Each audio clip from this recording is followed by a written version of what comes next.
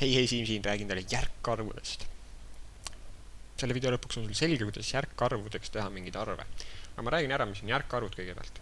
Järkarvud on arvud, mida kirjutatakse üles ühe numbri ja temale järgnevate nullide abil. Ehk siis, võtame uuesti ühe numbri, ma kirjutan ühe numbri lihtsalt siia, ja temale järgnevate nullide abil. Järgnevad on siis siia poole peal kirjutanud. See on näiteks järkarv. Aga kui me ei kirjuta ühtegi nulli, näiteks kirjutame ainult 7, siis see on ka järkarv. Et see on nagu absoluutselt vaja, et seal nullid järgi on. Aga näiteks 70, kas on järkarv?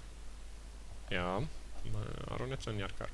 Aga võtame mingi 7 erinev arv. Võtame näiteks, kirjutame ühe numbri, kirjutame 9. Kas 9 on järkarv? Jaa, on, sest tal ei pea ühtegi nulli järel olema. Aga ta on number, mis siis koosneb numbrist ja temale järgnevatest arvudest, nullidest, aga null ei ole lihtsalt. Nii, ühesõnaga, tõime paar näidet siin järkarvudest. Võtame kohe selle harjutuse nüüd ka ära. Kirjuta 28 954 järkarvudena. Nii, ehk siis me peame kirjutama sellist tüüpide arvudena nad kuidagi nüüd ülesse.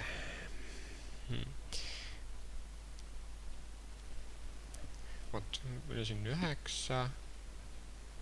Ehk siis kui ma kirjutan, alustame siit tagant poolt, et kui ma kirjutan lihtsalt 4 välja, siis see on järkarv, et ta on number ja tema järele ühtegi nulli pea olema, võib olla, siis ta on ikka veel järkarv, nüüd on nagu 9, on 4, on ka järkarv ja ma põhimõtteliselt jätan selle sinna, et see on nüüd üks järkarvudest. Nii.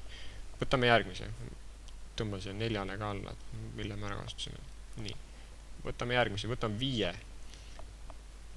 Või sa tahtsid võtta hoopis 8, et okei, võtame 8 siis. Nii, 8, 9, et me peame kirjutama 8. 8 iseenesest on juba järkarv, aga see 8 ei ole võrdne sellega 8, mis siin on. Kuna see 8 on tegelikult 8000, sest on tuhandeliste koha peal. Aga 1000 on järkarv. Kui me paneme 8000 siia, siis ta on ka järkarv. Sest ta koosneb numbrist ees ja nullist järel. Nullidest järel. Ehk siis see on, võtame nüüd 5. Nagu siin on vaat 7000 on ka järkarv. 8000 on ka järkarv. Võtame 5. See on teilt 5, aga tegelikult on ta 50, ta on suurusega 50. Ma kirjutan siia 50. Nii. Sest ta on 50. Ja 50 on järkarv. Ühesõnaga, tegelikult võib mõelda ka selle peale niimoodi, et sa võtad selle arvusid ja mõtled, vaatad, mitu numbrit tal järel on. Et näiteks 9 on 2 numbrit järel. On see 5 ja 4. Ehk siis ma kirjutan 9 ära ja kirjutan talle nende numbrite asemel, mis tal on kirjutanud nulli tasemele. Ja ma olengi järkarvu saanud. Kui see loogika läheb päris hästi. Nüüd võtame 2, nüüd tal on 1, 2, 3, 4, 0 järel. 2 ja 4 nulli paneme järgi. Me peakski saama järkarvu. Nii. Ja numbrid on otsas. Me olemegi kirjutanud välja 28 954 järkarvudena. Ja need on siis need järkarvud,